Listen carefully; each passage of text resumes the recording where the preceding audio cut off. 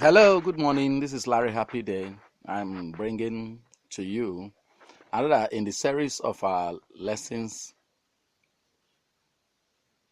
effective listening, careful listening. And today I want to take a quotation from the Bible.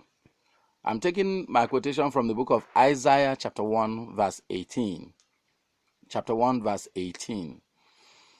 That portion from the King James Version reads, "Come now, let us reason together, saith the Lord. Though thy sins be as scarlet, they shall be as white as snow. Though they be red as like crimson, they shall be as wool." Now, I am interested in the first line of this quotation. Come now, let us reason together. Why would God ask that human beings come to him so that they can reason? He and human beings can reason. That is the heart of communication.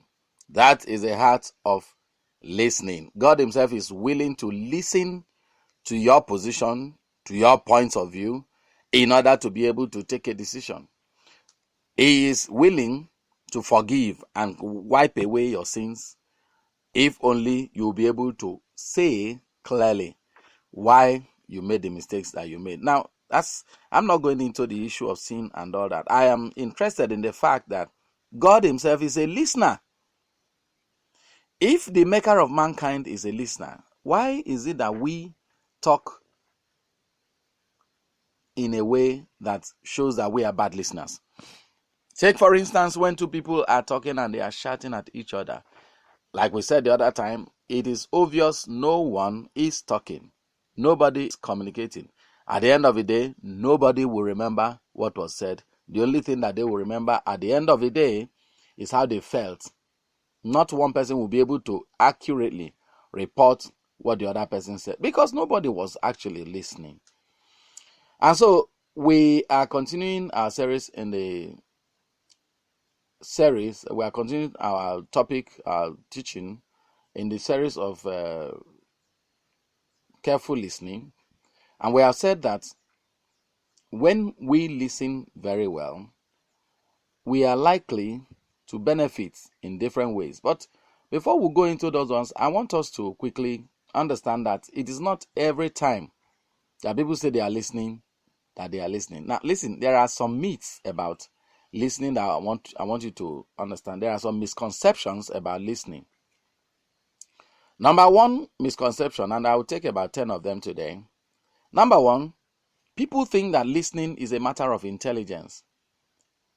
The truth is that listening, careful listening, has nothing to do with how intelligent you are. It's all about the behavior that you have learned.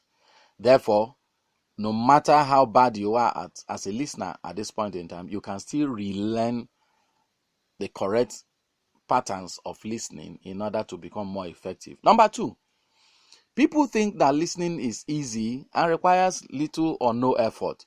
Hi, come off that mistake.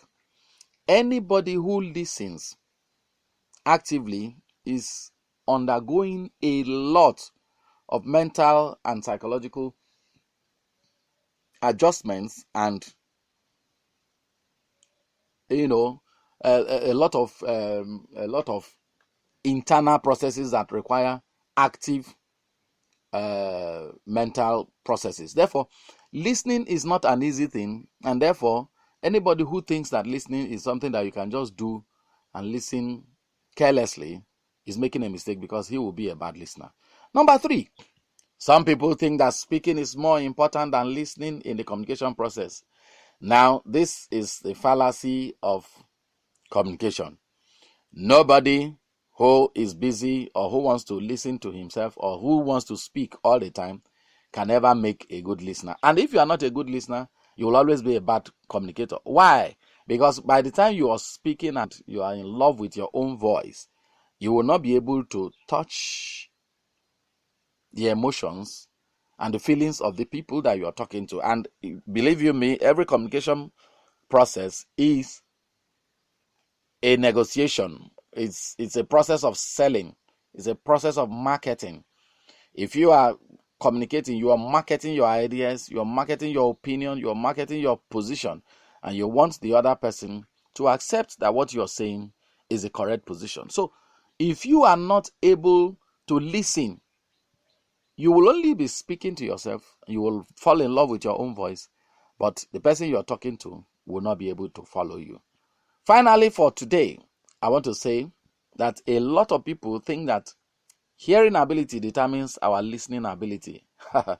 As we said the other time, it is not true. Indeed, listening is only a small fraction of the process of being able to understand what is being said.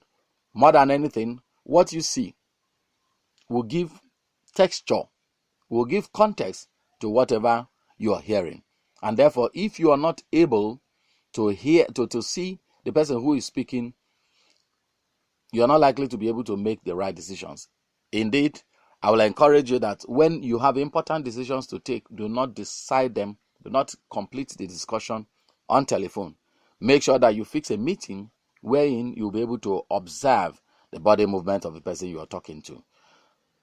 Today, we have listed 5 mistakes that people make about listening. In the next edition, we shall be talking about another 5 mistakes that people often make when they talk about, when they discuss the issue of listening. I hope that you have learned something today. When we meet next week, we will continue with our series on listening carefully or listening effectively. I wish you a very successful week and look forward to meeting with you again next week. Bye-bye. God bless you.